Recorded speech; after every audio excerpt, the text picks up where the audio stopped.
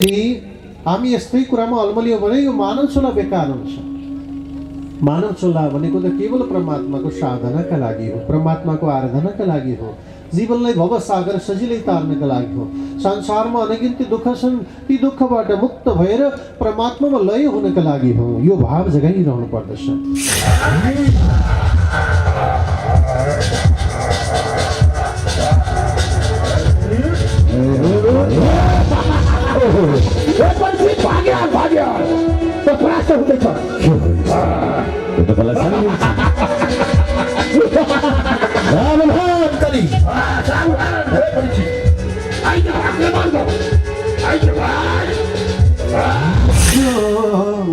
यदि मेरो केस भने रामकै सेरो पेरो रामकै पछि मै जाउँदा।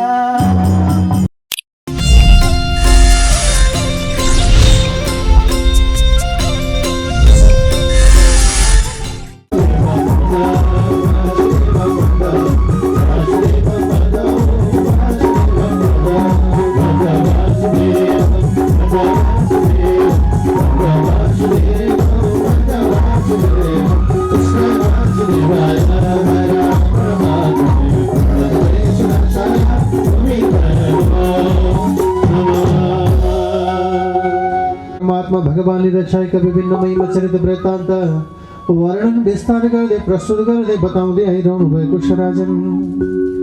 परमात्मा भगवानले जब यसरी विविध लीलाहरूलाई विस्तार गर्न प्रारम्भ गरिबक्सनुभयो, भागवतको प्रथम वक्ता सुखदेवको जन्म चरित्र वृत्त वैराग्य भावयुक्त भएका सुखदेवलाई समेत भागवतले कर्षण गर्यो, खिच्यो अनि पिताजीका निकटमा आएर भागवत अध्ययन गरिबक्सनुभयो। त्यसपछि छाया स्वरूप पुत्र आफ्नो स्वरूप पिताजीका निकटमा स्थापित गराएर सुखदेव फेरि जङ्गलका तर्फ प्रस्थान गरिबक्सनुभयो राजन। अब वेदव्यास मुनिले भागवतलाई प्रसाद गर्नका लागि जुन पुत्रको इच्छा प्रकट गर्नुभएको थियो, भागवतको वक्ताका रूपमा सुखदेव स्वामीले भागवत अध्ययन गर्नुभयो, जसका गुरु शिष्य परम्पराका कारणले अद्यावधि अहिले जगतमा भागवत गुन्जिरहेको छ। एकले अर्कालाई बताउँदै बताउँदै जाँदाखेरि अहिले भागवतका अनुयायीहरू धेरै विस्तार भइरहनु भएको छ। यो गुरु शिष्य परम्परा हो। ज्ञान भनेको जति बाँड्यो त्यति बढिरहन्छ। त्यही भएर ज्ञानलाई लुकाएर राख्ने होइन, आफूले जानेको कुरा राम्रो कुरा अरूलाई पनि विस्तार गर्ने सधैँ जुटिरहनु पर्दछ, त्यो विधालाई अप्नाइरहनु पर्दछ। यो गुरु शिष्य परम्पराका रूपमा यसलाई वर्णन गरिन्छ। अब भागवतको महिमा सँगसँगै भागवतले यसरी विस्तार गर्दछ। सुरुवात कहाँबाट गरियो त भन्दा महाभारत प्रसङ्गबाट भागवतलाई विस्तार गराइयो, विभिन्न अवतारका लीला सँगसँगै। के कारणले महाभारत चल्यो त, के कारणले झगडा हुन्छ? शास्त्र भन्छ झगडाका कारण तिनै छन्, तीनभन्दा चौथो कारण सधैँ छ। केवल तीनटा कारण छ। एउटा कारण हो जग्गा जमिन। दाजुभाइसँगै हुर्कन्छन्, सँगै बढ्छन्, सँगै खेल्छन्, एउटै कपडा लाउँछन्, एउटै थालमा खान्छन्, तर अंश बढ्न लाउने बेला झगडा गर्छन्। तँलाई राम्रो पर्यो, मलाई नराम्रो, तँलाई महँगो, मलाई सस्तो, तँलाई खेत, मलाई बारी, होइन, आदि इत्यादि। तँलाई महँगो, मलाई सस्तो, जग्गाका कारणले झगडा हुने। दाजुभाइमा पनि त्यही हुन्छ। एउटा कोखबाट जन्म लिन्छन्, आमाको एउटै कोखलाई धिक्कार गर्छन्। के दाजुभाइ भन्नु हेर्नुहोस् त, मरिलानु त केही छैन, उस्तै परि मुद्दा मामिला समेत गर्न भ्याउँछ। मान्छे मरेर गइसक्यो, फैसला पछि हुन्छ। द्वयोर्विवाहे तृतीयस्य लाभ। झगडा गरेर फाइदा कहिले कसैलाई हुनेवाला छैन। त्यसो पनि दुईजना झगडा गर्नेवालालाई कहिल्यै फाइदा हुँदैन। शास्त्र भन्छ द्वयोर्विवाहे तृतीयस्य लाभ। फाइदा जहिले पनि तेस्रो व्यक्तिले लुट्ने गर्दछ। त्यही भएर जीवनमा झगडा कहिल्यै गर्नु। महाभारत प्रसङ्गबाट सुरुवात किन गरियो त भन्दा, हे जगतका मानव हो, जीवनमा कहिले पनि बिर्सेर पनि झगडा नगर। हामीलाई यो ज्ञान भागवतले दिन खोजिरहेको छ। पहिलो झगडाको कारण जग्गा जमिन। दोस्रो झगडाको कारण के हो? श्री माने सम्पत्ति, धन सम्पत्ति। अब जोसँग छैन ऊ हुने कहाँ माग्न जान्छ। लौ न हजुर दिनु पर्यो भन्छ, आग्रह गर्छ, अनुरोध गर्छ, आलाप गर्छ, विलाप गर्छ। हजुरै त हुने मेरो देवता, हजुर नभए मेरो घरै चल्ने भएन, आदि इत्यादि निवेदन सबै गर्छ। केही दिनको भाका राख्छ अनि पैसा पनि लिएर जान्छ। तर जब भाका नाग्दै जान्छ, जहाँ गएर आग्रह आलो मिलो अनुरोध गरेको थियो उसै व्यक्तिसँग त्यसको झगडा हुन थाल्छ। त्यही भएर यो स्त्री मानिस सम्पत्ति दोस्रो झगडाको कारण रहेछ। तेस्रो झगडाको कारण बोली वचन। हाम्रो मुख कस्तो छ? धनुष जस्तो छ। धनुषबाट निक्लने बोलीहरू कस्ता छन्? बाण जस्ता छन्। माथि थोरै घुमेको छ, तल सोझो छ। धनुष जस्तो मुखबाट निक्लने बोलीहरू बाण जस्ता छन्। जसलाई ताकेर हामी उसैलाई गएर लाग्दछ। बाण हाने भने घाउ चोट लाग्छ, तर बोली रूपी बाणले कुनै घाउ चोट दिँदैन, तर जिन्दगीभर याद आइरहन्छ। अहिले जगतमा धेरै झगडा बोलीका कारणले हुने गर्दछ। बोल्दा विचार पुर्याइएन भने झगडा हुन्छ। त्यही भएर बोल्दा विचार पुर्याउनु पर्दछ। यी तीनटा झगडाका कारण महाभारतमा मिसिएका थिए। त्यही भएर महाभारत युद्ध चल्यो। एउटा कारणले झगडा, दुईटा कारणले महाझगडा, तीनटा कारण एकै ठाउँमा मिसियो भने महाझगडा, जसलाई महाभारत भनिन्छ। महाभारतमा कौरव र पाण्डवहरू राज्यका लागि झगडेका थिए। राज्य भनेको भू माने पृथ्वी। हामीले राज्य गर्ने पञ्च पाण्डव भन्दथे, कौरव हामीले राज्य गर्ने, एउटा कारण। दोस्रो ढुकुटीमा रहेको धन सम्पत्ति हामीले धेरै पाउनु पर्दछ, पञ्च पाण्डव भन्दथे, कौरव हामीले पाउनु पर्दछ, दोस्रो कारण। तेस्रो कारण थियो, एक दिन दुर्योधन आफ्ना भाइहरूलाई लिएर विचित्र भवनमा जाँदै थिए। विचित्र भवन भनेको जहाँ जे देखिन्थ्यो पुग्दा त्यो हुन्थेन।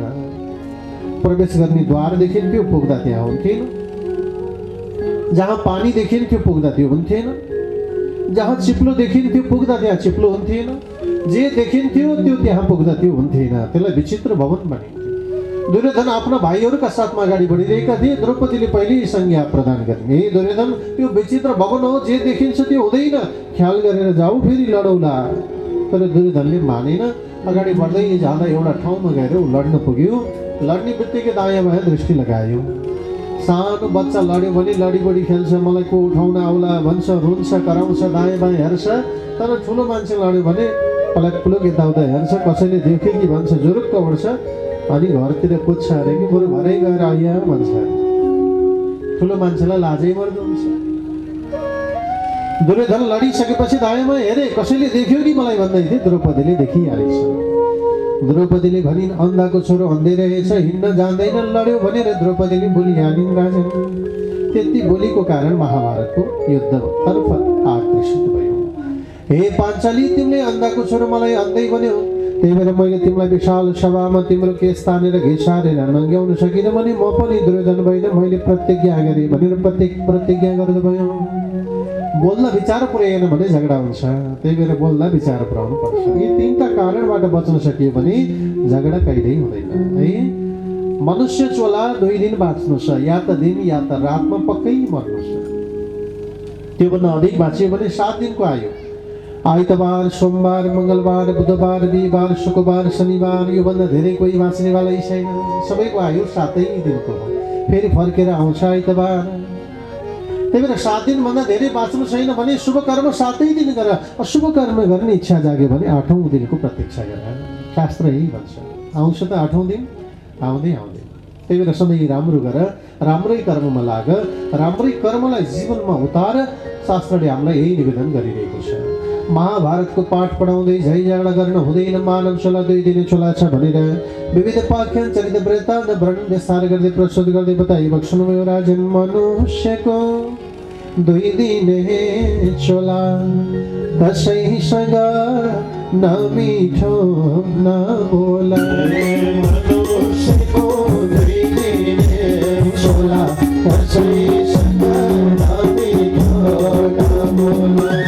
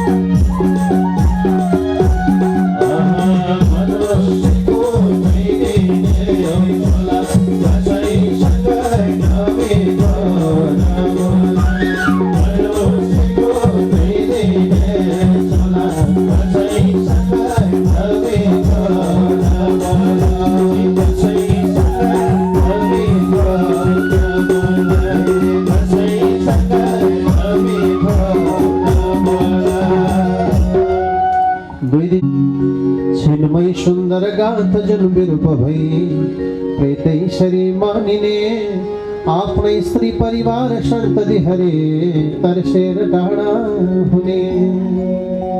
खुदकी प्राण छुटेपछि सब छुट्यो। मनमा विभिन्न सङ्कल्पहरू हुन्छन्, इच्छा हुन्छन्, आकाङ्क्षा हुन्छन्।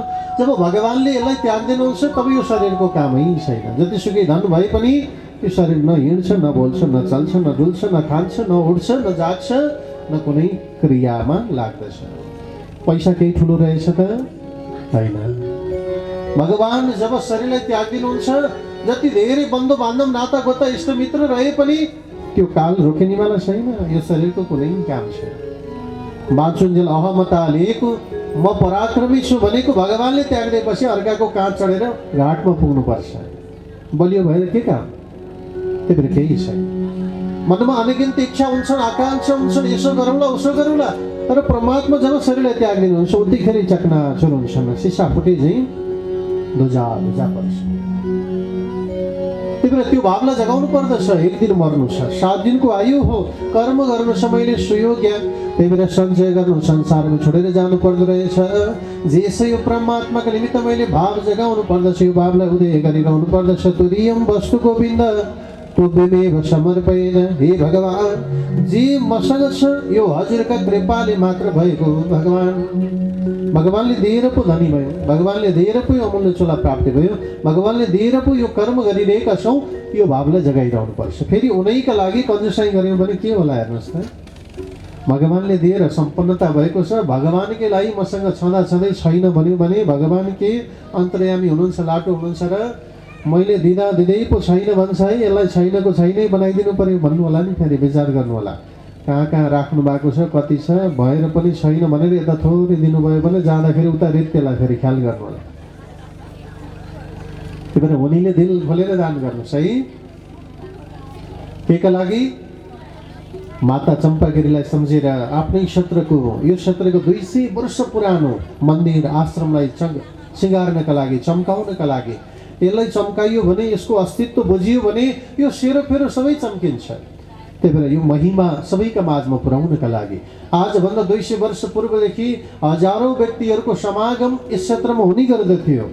बिचमा केही अल्मलिएर रह्यो। त्यही भएर अब फेरि सबैलाई जगाउनका लागि यो अवसर हो, यो संयोग हो। बेला बेलामा यस्ता संयोगहरू जुर्ने गर्दछन्। त्यस बेलामा हामी जागिएन भने फेरि यस्तो संयोग कति वर्षपछि आउँछ, कुर्नु पर्दछ। त्यही भएर यो संयोगलाई सबैले सचेत बनेर धारण गरौँ। जे सकिन्छ कृति राख्ने अभियानमा जुटौँ। त्यही भएर मानव चोलाको मूल ध्येय हो त्यो कर्मलाई अविस्मरणीय बनाएर मर्नु छ। एक दिन जीस परमात्माको सेरोफेरो हो, यो भावलाई जगाएर। जसरी मानव चोला प्राप्ति गरेपछि एक दिन मर्नु पर्दो रहेछ, यही भावका साथमा महाभारत प्रसङ्गबाट भागवतलाई प्रवेश गराएको छ। राजन किन प्रवेश गराइयो त भन्दा त्यही भएर झगडा नगर्नु, लोभ लालसा नगर्नु, तेरो मेरो नभन्नु, जेसो छोडेर जानु पर्दो रहेछ, यसका निमित्त आसक्ति नहुनु आदि ज्ञान जगतमा सबैलाई सिकाउनका लागि भागवतको सुरुवातमै महाभारत प्रसङ्गलाई वर्णन गरियो। जै झगडा भयो, सत्य र असत्यका पक्षमा युद्ध चल्यो। यो धेरै दिन चलेको युद्ध थिएन, केवल 18 दिन चलेको युद्ध थियो। विश्व प्रख्यात रह्यो। केवल 18 दिन महाभारतको युद्ध चल्यो, तर पनि विश्व प्रख्यात रह्यो सत्य र असत्यका लागि। पंच पाण्डवका पक्षमा परमात्मा भगवान हुनुहुन्थ्यो, अस्त्र शस्त्र नचलाउने वाचाका साथमा। तर पनि कौरवलाई भगवानले अक्षौणी सेना प्रदान गर्नुभयो। कारण के थियो? युद्ध प्रारम्भ हुँदै थियो। एक दिन जगतको अधिपति भगवान सैन्य गरिरहनु भएको थियो। भगवानसँग सहायता माग्न दुर्योधन पुगेछन्। दुर्योधन गएर भगवानका शिरतर्फ बसे। भगवान सुतिरहनु भएको थियो। सुतिरहेका भगवानको शिरतर्फ गएर दुर्योधन बसे। अर्जुनको आगमन भयो। अर्जुन गएर सरासर भगवानका पाउतर्फ बस्नुभयो। सैन्य गरिरहनुभएका भगवान जाग्नु भएछ। जागेपछि दृष्टि पहिले नै अर्जुनतर्फ पर्यो। जो पाउतर्फ छ सुतिरहेको व्यक्तिले त पाउतर्फ पहिले देखिहाल्ने भयो। अर्जुनले देखेपछि भगवानले भन्नुभयो, हे अर्जुन के कति कामले आयो बाबु मात्र भन्नुभएको थियो। दुर्योधन गर्जिहाल्यो, हे कृष्ण आएको म सोध्छौ पहिले अर्जुनलाई। भगवान कृष्ण भन्नुहुन्छ, बाबु तिमी मेरा शिरतर्फ रहेछौ, मैले तिमीलाई देखिनँ, भन दुर्योधन के कति कामले आयो। दुर्योधनले गर्जिँदै भन्यो, हे कृष्ण युद्ध चल्दैछ पाण्डव र कौरवका बीचमा, हामी तिमीसँग युद्धको सहायता माग्न आएका हौँ, सहायता देऊ भने दुर्योधनले भन्यो। बाबु के सहायता माग्छौ? मसँग के छ र? एक अक्षौणी सेना छन्, एक म छु। जे माग्छौ म तिमीलाई त्यो सहायता प्रदान गर्छु। दुर्योधन सुन, माग्ने अधिकार रोज्ने अधिकार पहिले भाइको हुन्छ, भाइलाई माग्न दिऊ हेर। दुर्योधनलाई चिन्ता पर्यो, माग्ने अधिकार भाइको हुन्छ अरे, रोज्ने अधिकार भाइको हुन्छ अरे। अंशमण्डल आउँदाखेरि दाइले अलिकति यताउता पारिदियो भने भाइ भोङ्गे हुन्छ। त्यही भएर शास्त्रले वर्णन गरिरहेको छ अधिकार भाइलाई दिनु। अंशमण्डल आउँदाखेरि पहिले भाइलाई रोज्न दिनु, भाइले जे रोज्छ त्यो दिएर अनि दाइले बल्ल लिनु, त्यो भनेको अभिभावकत्व हो। तर आजकलका दाइ कस्ता भयो, राम्रो राम्रो आफू लिएर भाइलाई ल तँलाई त्यो भयो भनेर भनिदिने भयो। अनि भाइहरू अब के गर्ने, दाइले भनेपछि मान्नै पर्यो। दाइ भनेको त साक्षात पितृ समान हो, पिता समान हो। त्यही भएर दाइ र भाइको सम्बन्ध राम र लक्ष्मण, भरत र राम जस्तो भयो भने बल्ल राम राज्य आउँछ। हामी रामको पूजा मात्र गर्ने भयौँ, रामका भक्त बन्न सकेनौँ। कृष्णलाई पूजा मात्र गर्ने गऱ्यौँ, कृष्णका भक्त बन्न सकेनौँ।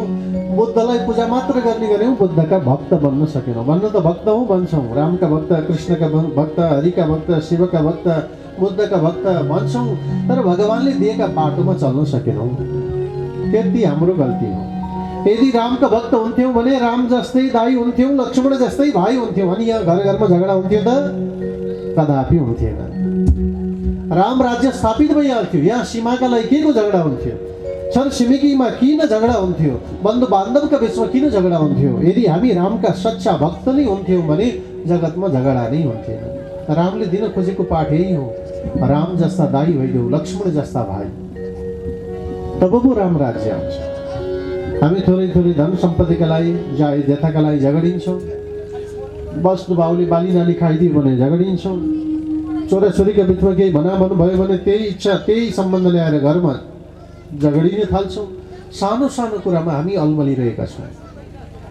यदि हामी यस्तै कुरामा अल्मलियो भने यो मानव चोला बेकार हुन्छ। मानव चोला भनेको त केवल परमात्माको साधनाका लागि हो, परमात्माको आराधनाका लागि हो, जीवनलाई भवसागर सजिलै तार्नका लागि हो। संसारमा अनगिन्ती दुःख छन्, ती दुःखबाट मुक्त भएर परमात्मामा लय हुनका लागि हो। यो भाव जगाइरहनु पर्दछ। त्यो भावको उदय मानव चोलामा गरिरहनु पर्दछ भनेर मानव चोलाका गति चरित वृत्तान्त वर्णन विस्तार गरिरहनु भएको थियो। प्रभु युद्धको सहायता माग्न गएका अर्जुन र दुर्योधन मध्ये भगवानले बाबु भाइको अधिकार हुन्छ, अर्जुनलाई रोज्न देऊ भनेपछि अर्जुनले अधिकार पाए। अनि रोज्नका निमित्त अगाडि बढ्दै गर्दा हे कृष्ण, मलाई किन अक्षौणी सेना चाहियो र प्रभु, हाम्रा साथमा हजुर रहिबक्सोस् भनेर निवेदन गरे। दुर्योधनले कस्तो मूर्ख रहेछ, बुङ्गो कृष्णलाई रोज्यो, हे कृष्ण हामीलाई अक्षौणी सेना देऊ, म हिँडेँ भनेर दुर्योधन हिँड्यो। दुर्योधनले अक्षौणी सेनालाई श्रेष्ठ ठान्यो, अर्जुनले अर्जुनलाई माने कृष्णलाई श्रेष्ठ मान्नु। दुर्योधन गइसकेपछि अर्जुनसँग भगवानले सोध्नुभयो, बाबु तिमीले मेरो अक्षौणी सेना रोजेको भए, तिमीसँग राजा महाराजा पनि कमी थिए, युद्धमा तिमीलाई सहायता हुने थियो, किन मलाई रोज्यौ बाबु? अर्जुनले भने, हे भगवान, मलाई जहाँ हजुर हुनुहुन्छ, हजुरका साथमा म छु, त्यहाँ लड्दै गर्दा हार भए पनि म त्यसलाई स्वीकार्न तयारी छु। अनि हजुर हुँदा हुँदै मलाई हार्नुपर्छ भन्ने मलाई कुनै मनमा त्यो भावै जाग्दैन। परमात्मा यत्र योगेश्वरः कृष्ण यत्र पार्थो धनुर्धर, जहाँ भगवान कृष्ण, जहाँ उसैको भक्त पार्थ अर्जुन रहँदा रहँदै हार्नु पर्यो भने त्यहाँ परमात्मा भक्तको महिमा, भगवानको महिमा कहाँ जाला? हरि भनेर परमात्मा भगवानका निकटमा निवेदन गरी बक्ष्नुभयो राजन। त्यही भएर सत्यमेव जयते, सत्यमा रम्दै गर्दा, सत्यताका आधारमा चल्दै गर्दा, सत्यतालाई अपनाएर जीवनलाई चलाउँदै गर्दा यो कदापि हार्नु पर्दैन भगवान भनेर परमात्माका निकटमा अर्जुनले निवेदन गरिरहेका थिए राजन। त्यही भएर सत्यको पक्षमा भगवानको साथ सदैव रहिरहने गर्दछ। जसरी कौरव र पाण्डवहरूको युद्ध चल्दै गर्दा सत्यका पक्षमा भगवानले साथ दिइरहनुभयो। तर अनेकन्ती समस्याहरू, आपद विपदहरू, दुःखहरू आइपरे, चक्रव्यूहमा पारेर अभिमन्युलाई अन्त्य गरे। यो अभिमन्युको प्रसङ्गले के सिकाउँछ त भन्दा, गर्भमा बालक रहँदाखेरि पनि आमाले सत्कर्म अपनाइन् भने बालक सन्तान योग्य बन्दा रहेछन् भन्ने पाठ हामीलाई शास्त्रले बताइरहेका छन्। त्यही भएर गर्भवती नारीहरूले सदैव परमात्माको चिन्तन गरिरहनु पर्दछ, सत्कर्म गरिरहनु पर्दछ, शुभ कर्मलाई अपनाइरहनु पर्दछ, भगवानका गुणानुवादहरू सुनिरहनु पर्दछ। गर्भमै पिताजीसँग आज उनले चक्रव्यूहभित्र प्रवेश गर्ने महिमा सुनिरहेका थिए। गर्वको महिमा हेर्नुहोस् न, चक्रव्यूहको कथाको महिमा छ नि। चक्रव्यूहमा पारेर अभिमन्युलाई कौरवहरूले जसरी वध गरे उनी चक्रव्यूहभित्र प्रवेश गर्न मात्र जान्दथे, निक्लन जान्थेन। कारण के थियो? अर्जुनले आज जसरी पराक्रमी शक्तिशाली धनुर्धारी बन्नुभयो, गुरुका समीपतम लिएर ज्ञान आर्जन गरेर पराक्रमी बन्नुभयो, तर त्यही विधि एउटा गर्वसँग बालकका प्रसङ्गसँग जोडिएको छ। अभिमन्यु पुत्र जो चक्रव्यूहभित्र प्रवेश गरेका अभिमन्यु शक्तिशाली, सम्पन्नता, पराक्रमी थिए। माताको गर्भमै पिताजीबाट उनले चक्रव्यूहभित्र प्रवेश गर्ने प्रसङ्ग सुनिरहेका थिए। गर्भवती आफ्नी पत्नीलाई सुनाइरहनु भएको थियो। सुनाउँदै गर्दाखेरि चक्रव्यूहभित्र प्रवेश गर्ने प्रसङ्ग टुङ्गिएको थियो। कोही अतिथिको आगमन भयो, त्यो प्रसङ्गलाई बिचमै रोक्नु पर्यो अनि प्रसङ्ग रोकिन पुग्यो। त्यही भएर गर्भमा रहेको बालकले आधा प्रसङ्ग सुनेका थिए चक्रव्यूहभित्र प्रवेश गर्ने, आधा प्रसङ्ग उनलाई निक्लन थाहै थिएन। त्यही भएर उनले निक्लन जानेनन्। त्यही भएर आफ्नो देह त्यही गुमाउनु पर्यो। तर त्यो के थियो? सारालाई थाहा थियो चक्रव्यूहभित्र अभिमन्यु प्रवेश गर्न सक्छ तर जान्दैन। तर पनि अन्याय गरेर कौरवहरूले अभिमन्युलाई वध गरे। यस्ता अनगिन्ती सहयोगी राजा महाराजाहरू गुमाउनु पर्यो। तर पनि पराक्रमी पञ्चपाण्डवहरू शक्तिका प्रभाव, पराक्रमका प्रभावले गर्दा विजयका तर्फ अगाडि बढिरहेका थिए। कौरवहरूलाई चिन्ता परिरहेको थियो। यता धृतराष्ट्र राजा चिन्तित हुनुहुन्थ्यो। गुरुपुत्र अश्वत्थामा राजाका निकटमा गएर सम्झाउन थाले, हे महाराज, हजुर धन्दा नमानी बक्स्योस्, हजुरलाई मैले विजय गराएर छाड्नेछु प्रभु।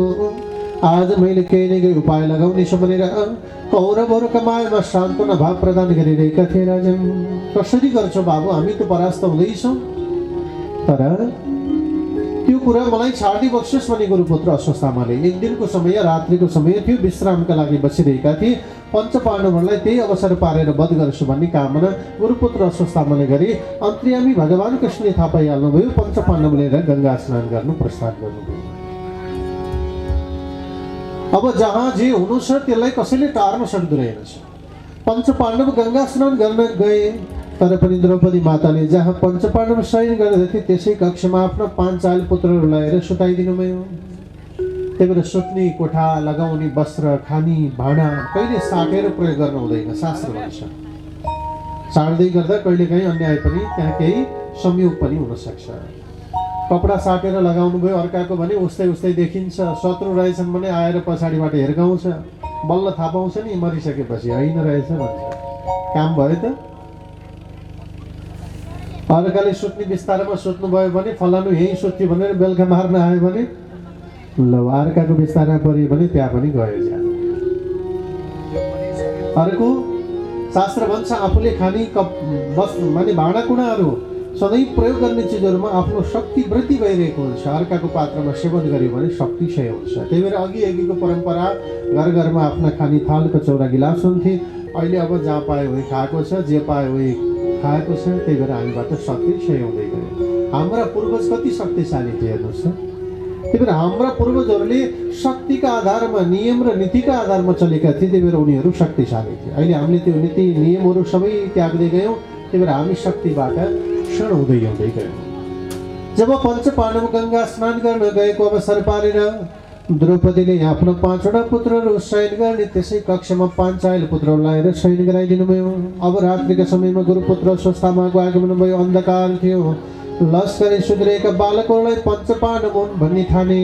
त्यसपछि दावबाट तरबार निकालेर यिनलाई मैले वध गर्छु, पञ्चपाण्डवलाई मारेपछि कौरव विजय हुन्छन् भनेर शिरमा समात्दै शिर र गिण अलग अलग पारे। 5वटा शिर लिएर गए, गिण अलग पारे, रगतको खोलो बग्यो। धृतराष्ट्र राजालाई गएर सुम्पे, महाराज हजुर विजय हुनुभयो। तर धृतराष्ट्र राजाले नेत्र त देख्नु थिएन, दृष्टि रहित हुनुहुन्थ्यो। छामेरै थाहा पाइदिनु भयो, बाबु तिमीले गल्ती गरेछौ। पञ्चपाण्डव भनेको पञ्चपाण्डवका पुत्रलाई पो वध गरेछौ भनेर निवेदन गरिबक्छन् भयो। राजन हो र महाराज भन्छन्, हेर्छन् त पाञ्चाल पुत्र पो रहेछन्। ओहो मैले गल्ती गरेँ, अब मलाई पञ्चपाण्डवले छाड्नेवाला छैनन्, भाग्नु सिवाय अरू केही उपाय छैन भनेर कौरवका माझबाट, पञ्चपाण्डवका माझबाट उनी जोगिनका लागि गुरुपुत्र अश्वत्थामा भाग्न थाले। जब गङ्गा स्नान गरेर फर्केर पञ्चपाण्डवहरूको आगमन भयो, पाञ्चाली धुरो धुरो रोइरहेकी थिइन् राजन। माता शिशूनां निधनं सुतानां निशम्य घोरं परितप्यमानः। आमा धुरो धुरो रुँदै कराउँदै पुकार गर्दै बिलाउन गरिरहेकी थिइन्। आफ्ना बालकहरू देहावसान भएको देखेर, रगतको खोलो बगिरहेको देखेर मुण्डमा नि शिर छैन अनि शरीर लडिरहेको छ, रगतको खोलो बगिरहेको छ। आज यस्तो प्रकारको अवस्थालाई देखेर चिन्तित हुँदै द्रौपदी चिन्तामा डुबिरहेकी थिइन् राजन। युधिष्ठिर राजाले सम्झाउनु भयो, महारानी यो चिन्तालाई त्याग, यो रणभूमि हो, मार्नु र मर्नु रणभूमिको कर्म हो। हामी न्यायका साथमा लडिरहेका छौँ, कौरव अन्यायलाई अपनाइरहेका छौँ। भीमले ज्ञान दिनुभयो, सम्झाउनु भयो। पराक्रमी भीम गर्जिन थाल्नुभयो। नकुल सहदेव त्यही भन्न थाले। अर्जुनले त प्रतिज्ञा गर्न समेत भ्याइहाले, हे पाञ्चाली, आजको सूर्य अस्त पूर्व तिम्रा सामुपीमा जो दुष्टले यो निन्दित कर्म गर्यो तिम्रा नजिकै ल्याएर मार्न सकिन भने धनुर्धारी अर्जुन होइन प्राणै त्याग दिनेछु। जब भक्तले प्रतिज्ञा गर्छन् भगवानलाई त्यो प्रतिज्ञा गर्न बाध्य हुन्छ। त्यही भएर भक्त अधीन, भगवान त भक्तको अधीनमा हुनुहुन्छ। त्यही भएर हामी भक्त कस्ता हौँ भन्ने हामीमै प्रश्न छ। हामी यदि असल छौँ, हामीले गरेको प्रतिज्ञा पुरा हुन्छ भने म भक्त असल रहेछु भन्ने त्यो एउटा परीक्षा पनि हो। हामीले गरेका इच्छाहरू भगवानले परिपूर्ण तुल्याउनुहुन्छ। जब यसरी अर्जुनले प्रतिज्ञा गरे, भगवान कृष्णलाई चिन्ता पर्यो, को रहेछ भनेर खोजीमा लाग्नुभयो। हातका चक्रहरू घोडाका छिपीहरू मिलाउन थाल्दै गर्दा गुरुपुत्र अश्वत्थामासँग गएर मिले। ओहो, गुरुपुत्र भइकन निन्दित कर्म गरेका रहेछन्, उनको खोजी हुन थाल्यो। धनुष बाण सहित रथलाई लिएर परमात्मा प्रस्थान गर्नुभयो। सूर्यलाई अस्त्र जस्तो गराइदिनु भयो मायावी शक्तिले। अनि अश्वत्थामाका निकटमा पुर्याएर अर्जुन धनुष बाण ताकिरहेका थिए। अश्वत्थामा युद्धमा जुट्न थाल्न भए राजन। युद्ध लड्दै लड्दै जाँदा ब्रह्मास्त्र अस्त्र शस्त्रहरूको प्रयोग भयो। अर्जुनले त्यसलाई आफ्नो भस्म पारिबक्सनु भयो। अहिलेका अस्त्र शस्त्रहरू पहिलेका ती अस्त्र शस्त्र भन्दा पनि अझै शक्तिहीन हुँदछन्। हेर्नुहोस् त, पहिले ब्रह्मास्त्र, वरुणास्त्र आदि अस्त्र शस्त्रहरूको प्रयोग हुन्थ्यो, जसले प्रयोग गरिसकेपछि फेरि खिच्न सक्ने सामर्थ्यता पनि थियो। त्यतिखेर अर्जुनसँग त्यो सामर्थ्यता थियो। त्यो वरुणास्त्रलाई अनि त्यो अस्त्र शस्त्रलाई आफ्नो वशमा पार्नुभयो। त्यसपछि गएर अश्वत्थामालाई बन्दी बनाएर त्यहाँबाट लिएर गइबक्सनुभयो। पाञ्चालीका निकटमा पुर्याउनु भयो। वध गर्न खोज्दै हुनुहुन्थ्यो। पाञ्चालीले निवेदन गरे, के भनिन्? मुच्यता मुच्यतामेष ब्राह्मणो नितरां गुरुः सरहर्ष धनुर्वेद सविसर्ग प्रशंसया। हे धनुर्धारी, हे अर्जुन, मुच्यता मुच्यतामेष, यिनलाई छाडिदिनुहोस् भगवान।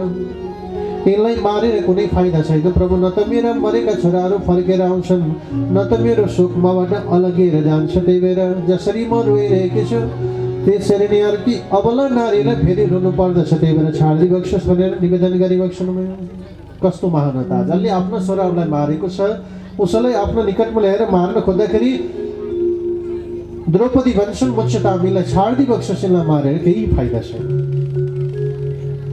अब अर्जुनलाई चिन्ता पर्यो। पाञ्चालीले छाडिदियो भन्छन्। यसलाई वध गर्ने प्रतिज्ञा अर्जुनले गर्नुभएको छ। भगवान कृष्णका निकटमा निवेदन गर्दै गर्दा परमात्मा भन्नुहुन्छ, बाबु सुन, ब्रह्म बन्धुर न हन्तव्य आतताई वदारढन मयबो भयमात्मानं परिपय अनुशासनं। बाबु सुन, ब्राह्मण बन्धुलाई वध गर्न हुँदैन, आतताई पाप लाग्दछ। राजगतिमा रहेको राजालाई मार्न हुँदैन, आतताई पाप लाग्दछ। पुनः रहेकी नारीलाई वध गर्न हुँदैन, आतताई पाप लाग्दछ। बालकलाई वध गर्ने बालकलाई छाड्न हुँदैन बाबु हेर भनेर निवेदन गरिबक्सनुभयो। हे भगवान, मार्न हुँदैन, छाड्न हुँदैन भन्नुहुन्छ। कसो गरौँ प्रभु? शास्त्रका विधिलाई अपनाएर अब यस्तो प्रकारको सजाय दिने तयारी गरिबक्सनुभयो राजन। वपनं द्रविड दानव स्थान निर्यापणं तथा एषहि ब्रह्मबन्धूनां वधूनां न्यास्यदैहिका। चारपल्ट मुण्डन गरिदिने, शिरको मणि झिकिदिने, धन हरण गरिदिने, देश निकाला गराइदिने, मृत्युदण्ड बराबरको सजाय हुन्छ भनेर सजाय दिने तयारी गरियो। चारपल्ट मुण्डन गराए, शिरको मणि झिके, धन हरण गरेर गुरुपुत्र अश्वत्थामालाई देश निकाला गराइदिए। गल्ती गरेका अश्वत्थामाले प्रतिशोधको भावना लिए, हे पञ्च पाण्डव हो, तिमीहरूले मलाई यस्तो सजाय प्रदान गर्यो, मैले जाने छु। तिम्रो पुत्रलाई त मैले वध गरिसके। अब उत्तराको गर्भमा एउटा बालक रहेको छ, त्यो बालकलाई मैले वध गरेँ भने तिमी त परास्त हुन्छौ नै भनेर धनुष बाण ताकेर प्राण गर्ने तयारी गर्दा भए राजन। अब यता उत्तराले परब्रह्म परमात्मा भगवानलाई प्रार्थना गरिन् पुकार गरिन् जगतको अधिपति भगवानलाई भजै वैन्द्राजन पाहि पाहि महायोगिन देवदेव जगतपते नान्यम तदभयं पश्य यत्र मृत्यु परस्परम हे भगवान मैले वरपर सर्वत्र मृत्युलाई देखिरहेको छु प्रभु म मरु मलाई चिन्ता छैन भगवान तर यो गर्भमा रहेको बालक बाँचोस् यो नै कुलदीपको भगवान भनेर प्रार्थना गर्न थाल्नुभयो कामं दहतु मामनाथ मामु गर्भ निपातितम आमाहरूमा यस्तो भाव हुन्छ अरे कि आफू मर्ने भए पनि त्यागेर गर्भको बालक बाँचोस् भन्ने कामना गर्दछ उत्तराले पनि त्यही प्रार्थना गरे के भन्नुभयो हे भगवान यो कुलदीपक हो यो वंश पुरुष हो यो अन्त्य भयो भने वंशै मासिन्छ म मरु मलाई चिन्ता छैन भगवान तर मेरो गर्भमा रहेको बालकलाई हजुरले बचाइदिनु पर्यो भनेर परमात्मालाई प्रार्थना गरिदिनु राजन उत्तराको प्रार्थनालाई स्वीकारेर भगवान राउन बन्दी घेरा लगाएर गर्भमा प्रवेश गर्नुभयो लीलाधारी जगतको अधिपति परब्रह्म परमात्मा भगवानले गर्भमा रहेको बालकलाई रक्षा गरिबक्सनुभयो राजन जन्मदेखि परमात्मा गर्भसम्म पुगेर जगतको अधिपति भगवानले रक्षा गरिबक्सनु भएको थियो राजन वर रक्षा पर रक्षा जन्मनु पूर्व रक्षा जन्मिएपछि पनि रक्षा परह रक्षित भएका हुनाले जन्मिएपछि निस्तेज अवस्थामा तेज परमात्माले प्रदान गर्नुभयो परीक्षित भनेर नामाकरण समेत परमात्मा उनको रहन गयो भनेर परीक्षित बालकको उत्पत्ति चरित्र वृत्तान्त वर्णन विस्तार गराइबक्सनुभयो राजन अब सुख शान्ति समृद्धि सँगै सत्यताका आधारमा चलेका पञ्चपाण्डवहरू राजगद्दी भोग अधिकारका भागी भए परमात्मा अब आफ्नो द्वारिका नगरीतर्फ प्रस्थान गर्ने तयारी गर्न थाल्नुभयो द्रौपदीले भगवानलाई प्रार्थना गरिन् शक्तिको खातिर यता कुन्तीले पनि जगतको अधिपति भगवानका गुणान वादन गाउन थालिन् पञ्चपाण्डवहरू परमात्माका शरणमा परि यस्तो अवस्थालाई देखेर द्रौपदी दुरुदै परमात्मालाई भजिरहेका थिइन् हे भगवान विपद सन्तु न शश्व तत्र तत्र जगद्गुरु भवतु दर्शनम यस्मात् पुनर्भव दर्शनम जब दुःख पर्छ हजुरको याद आउँदो रहेछ भगवान हजुर हामीलाई छोडेर जाँदै हुनुहुन्छ सुखका दिन आएपछि हजुर हामीलाई छोड्नै खोज्दै हुनुहुन्छ हे हरि केही दिन रहे हुँदैन र परमात्मा हजुरका कारणले मेरा पुत्रहरूले सुख भोग आनन्द राजगद्दी भोग अधिकार प्राप्त गरेका छन् हरि भनेर प्रार्थना गर्दै गर्दा कुन्ती माता भगवान कृष्णको फुपू दिदी हुनुहुन्थ्यो हे दिदी म जानै पर्छ अरू केही वरदान माग्नुहोस् भने माग्नुहोस् भनेपछि दुःखैमा हजुरको याद आउँदो रहेछ हरि मलाई दुःख पर्ने यस्तो वरदान दिबक्सोस् भनेर वरदान माग्नुभयो भगवानले आँखाबाट आँसु बगाउँदै कुन्तीलाई यही वरदान दिनुभयो भक्तलाई सधैँ दुःख परिरहने वरदान आफ्नो उत्पाद बचाउँदै धर्मको ध्वजालाई नष्ट गरेर अधर्मको ध्वजा फिजाइरहेको थियो राजन कलिको आगमन थियो दुराचार पापाचार वृद्धि राजा परीक्षित बालकले राजका भोग अधिकार प्राप्त गरेका थिए अनेक गति मार्गहरू आफ्नो पूर्वजले प्रदान गरेका थिए त्यसैका आधारमा राज्य चलाइरहेका थिए आफ्नो राज्य अवलोकन गर्न निक्लदै गर्दाखेरि धर्मरूपी कृष्णलाई दुःख परेको माता पृथ्वी रोइरहेकी अनि कलिले आफ्नो उत्पाद मचाइरहेको यस्तो अवस्था देख्नुभयो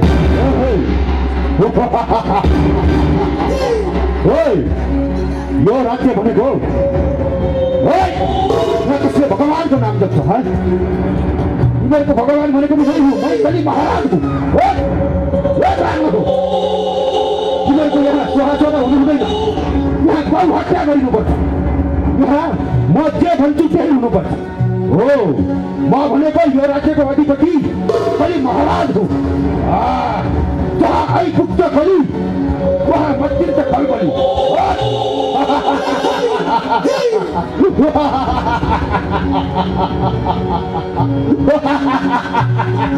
सुना एउटा कुरा जसले मेरो विरुद्धमा म महाराजको विरुद्धमा जसले बोल्छ त्यसलाई म यही तरवारले म टुक्रा टुक्रा पारिदिनेछु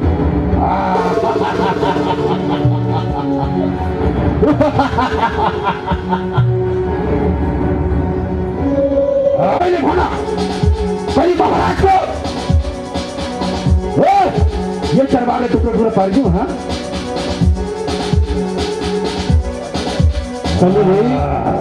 आफ्नो उत्पाद मचाइरहेको थियो यता परीक्षित राजा शिकार खेल्नका लागि आफ्नो राज्य अवलोकनका लागि विभिन्न क्षेत्र भ्रमण गर्दै हुनुहुन्थ्यो परीक्षित मुकुट लगाएको छ कालो कालो छ राजाको पहिरन गरेको छ अनुहार हेर्दाखेरि राजा जस्तो लाग्दैन के भयो म भनेको यो राज्यको अधिपति कलि हुँ अनि त को होस् यो मेरो राज्यमा आएर त को होस् भनेर मलाई वकालत गर्दैछ उसो भए त कलि हो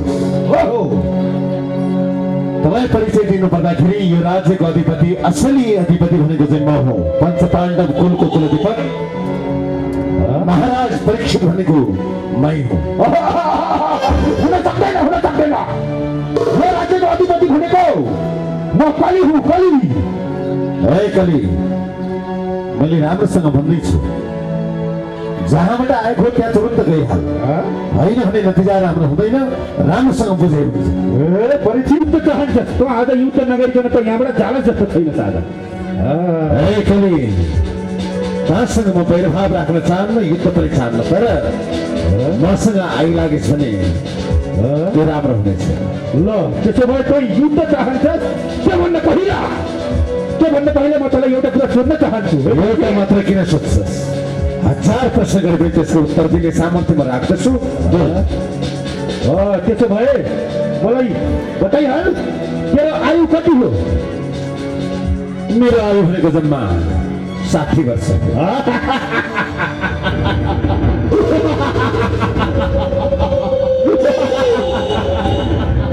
अब 60 वर्ष आयु हुनेले मलाई युद्धको हक दिने ए परिचित त अहिले मेरो आयु सुनिस् भने त बेहोसै हुन्छ मेरो आयु जान्न चाहन्छस् त अवश्य मेरो आयु भनेको सुन कान खोलेर मेरो आयु भनेको 4,32,000 वर्ष त यो राज्यबाट जान्छस् कि म जाऊँ ए कलि तेरो आयु 4,32,000 वर्ष होस् या 8,64,000 मलाई कुनै प्रवासीमा फरक पर्दैन मैले भनेको मान्दैनस् भने तसँग युद्धको लागि पनि म तयार छु युद्ध राम्रोसँग जाँदै जाला जस्तो छैन यसलाई हे परिचित त्यसो भए त युद्धै चाहन्छस् भने यो अस्त्र शस्त्र यो तरबारको कुनै काम छैन म तँलाई म पनि कुनै अस्त्र शस्त्र धनुष बाणको कुनै जरुरत छैन आक्रमण गरिहाल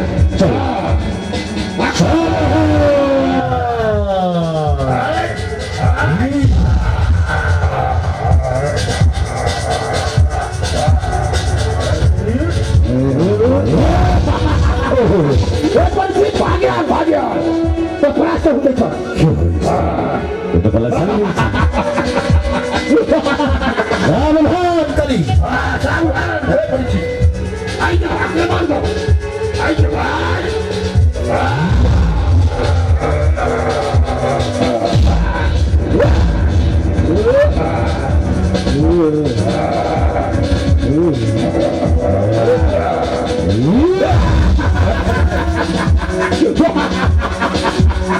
परिचित मैले त अघि नै भनेको थिएँ त परास्त हुँदैछ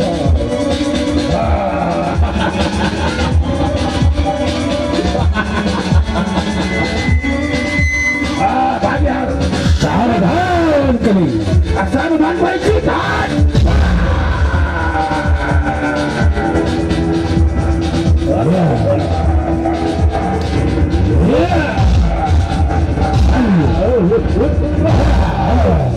सरवाई कतको मारेको सरवाई यसको टुक्राटुक्रा पारिदिन्छु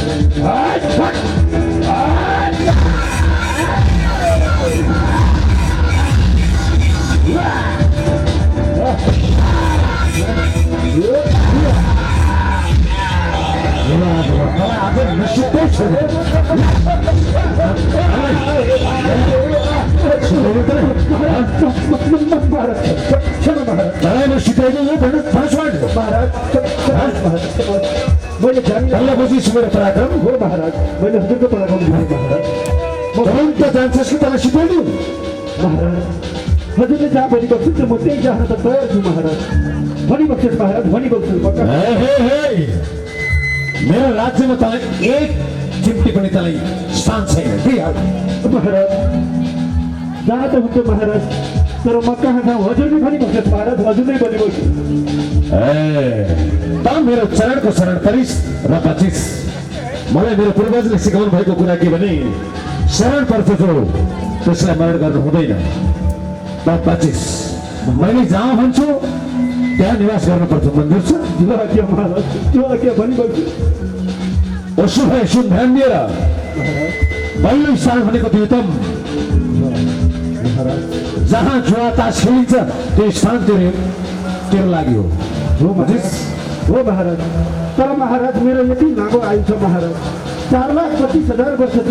अझै भनिबस्नुहोस् महाराज, अझै भनिबस्नुहोस्। उसो भए अर्को स्थान पानौँ जहाँ धुम्रपान हुन्छ, मदिरापान हुन्छ, त्यो स्थान तेरो लागि हो। जा, यो आज्ञा अझै पनि तर यो गोरको कारणले गर्दाखेरि एउटा उच्च स्थानलाई म प्रदान गर्दछु। भनिबस्नुहोस् महाराज। हो, मैले पुनश्च याचना गरेको हुनाले तेरो लागि अशुद्ध गराउँदा आर्जित सुन हुनेछ, सुनमा गर्नुहोस्।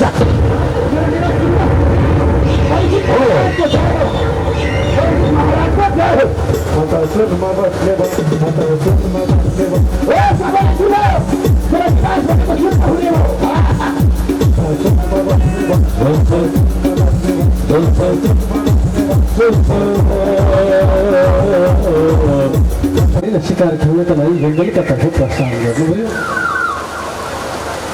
यता मुनिगण समाधिका निमित्त जङ्गलमै विराजमान हुनुहुन्छ। शिकार खेल्न गएका राजा परीक्षित पानी प्यासले घाटो हुन थाले।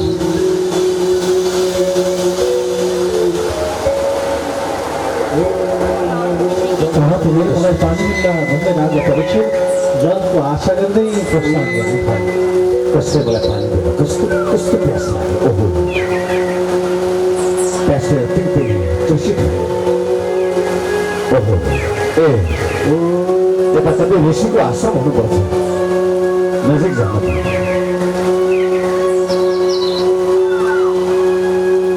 ओहो, नजिकै जान पर्छ।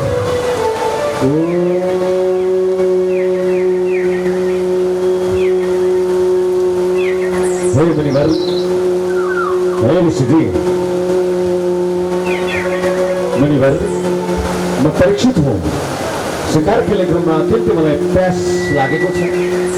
हजुरको कमण्डलमा म केही जल पनि देख्दैछु, कृपया गरेर मलाई प्रदान गर्नुहोला। मलाई अत्यन्तै प्यास लागेको छ। हे मुनिवर, बिन्ती छ। हे मुनिवर, ऋषिजी अघिदेखि बोलाइरहेको छु। ऋषिजी कस्तो मन तुलेर म परीक्षित हुँ। परीक्षित आउँदाखेरि स्वागत सम्मान गरेर त कहाँ होगा, के खालको पर्ख ऋषि तिमीलाई त म केही दण्ड नदिउ भएन, उपन्न स्वभाव रहेछौ तिमी। पर्ख, अब पर्ख, तिमीलाई उपहार ठिक हुनेछ। ल हे ऋषि, एक कार होस् तिमीलाई।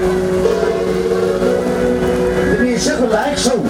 मेरो राज्यमा बसेर जब तक ध्यान मनन कीर्तन गरेर तिमीलाई कुनै अधिकार छैन। जाऊ तिमी। परीक्षितको अपमान गरेर तिमीलाई दुस्साहस हो।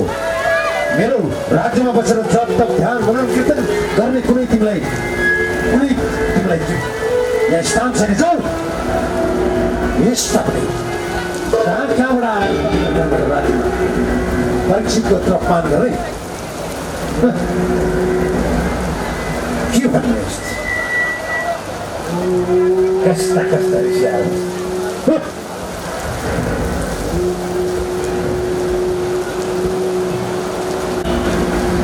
सरासर आएका ऋषि कुमारले पिताजीको गलामा मृत सर्प देखे। पहिले त्यो सर्पलाई खोलेर फ्याँक्छु भनेर गलामा रहेको मृत सर्पलाई खोलेर फ्याँके।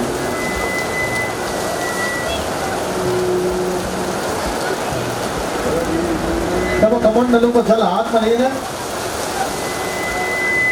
श्राप दिन थाले। जलले मेरो पिताका गलामा मृत सर्प लगाइदियो। आजका 7 दिनका दिनमा तक्षक नागले डसेर मर्नु पर्यो। ब्रह्म श्राप।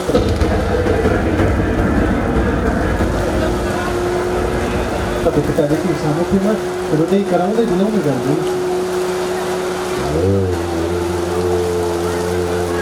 आफ्नो पुत्र एउटै ल्याएको कराइदिएको देख्यो।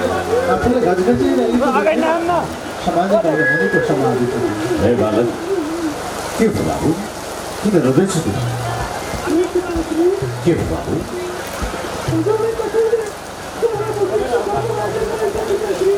हे बाबु, तिमी निश्चिन्त हौ।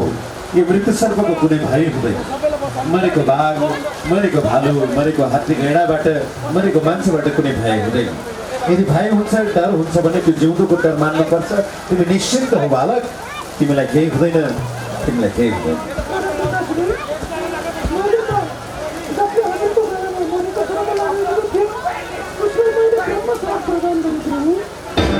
प्रभुश्राप? अरे नादान बालक, तिमीले जानेनौ, ऋषिकुमार भएर त शीतल हुनुपर्छ। पानीको स्वभाव र ऋषिको ज्ञानीको स्वभाव एउटै हुनुपर्छ, बुझ्यौ? पानी जति तथा पनि त्यसको शीतल भएर जानु नै हो स्वभाव। ऋषि भएर कहिले पनि क्रोधी बन्नु हुँदैन। तिमीले जानेनौ बाबु, तिमीले गल्ती गर्यौ, तिमीले गल्ती गर्यौ।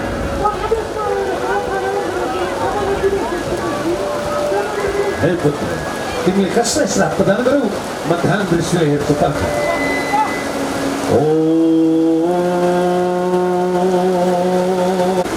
तिमीले जसलाई श्राप प्रदान गर्यौ नि, उनी सामान्य व्यक्ति होइन। उनी त यो राज्यको अधिपति महाराज परीक्षित पञ्च पाण्डव कुलको दुर दीपक अत्यन्तै प्रतापवान राजा हुनुहुन्थ्यो। कलिको भस्मा परेर मेरो गलामा मृत्यु सर्प राखिदिनु भयो। तिमीले जानेनौ बाबु, तिमीले जानेनौ। ऋषिपुत्र, पिताजी का सामने वो प्रार्थना गरिएका थिए। तब समीप मुनिले निवेदन गर्दै हुनुहुन्थ्यो, बाबु ब्रह्म श्राप परेको त्यो श्राप आफ्नै राजालाई जानकारी दिनैपर्छ। हो अब गौरव अमेरिका शिष्यलाई राखेर राजा परीक्षितको निकटमा 7 दिनको आयुष्य भनेर हामीले बताउनु पर्दछ। हेर बाबु, जा। आऊ आऊ, विलम्ब गर्नु हुँदैन। हामीले श्राप प्रदान गरिहाल्यौँ। अब मुक्तिको मार्ग पनि हामीले देखाउनुपर्छ, मुक्तिको बाटो पनि हामीले नै देखाउनुपर्छ। आऊ आऊ, परीक्षित महाराजको समक्षमा यो खबर पक्कै पुर्याउँदैछौँ।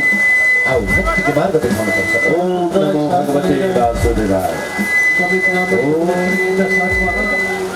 आफ्ना राज्यको तर्फ प्रस्ताव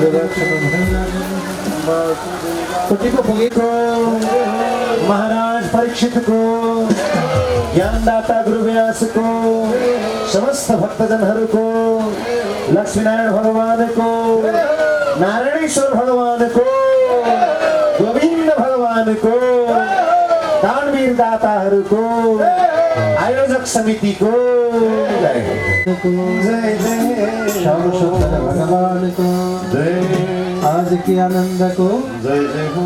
हरि राम उदय सलला, हरे उदय सलला, गंगा जल निर्मल उदय सलला, उदय सलला, उदय सलला, गंगा जल निर्मल उदय सलला, उदय सलला, उदय सलला, गंगा जल निर्मल उदय सलला। जय हो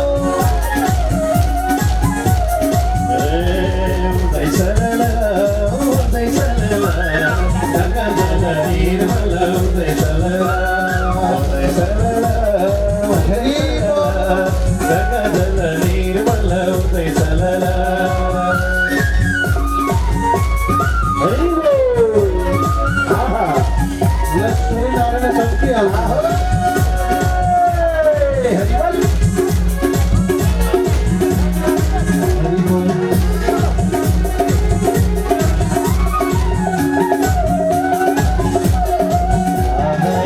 हरि राम राम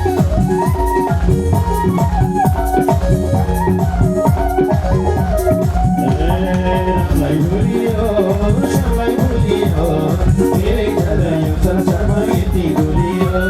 रामलाई बोलियो, श्यामलाई बोलियो, मेरे घर यो संसारमा यति बोलियो।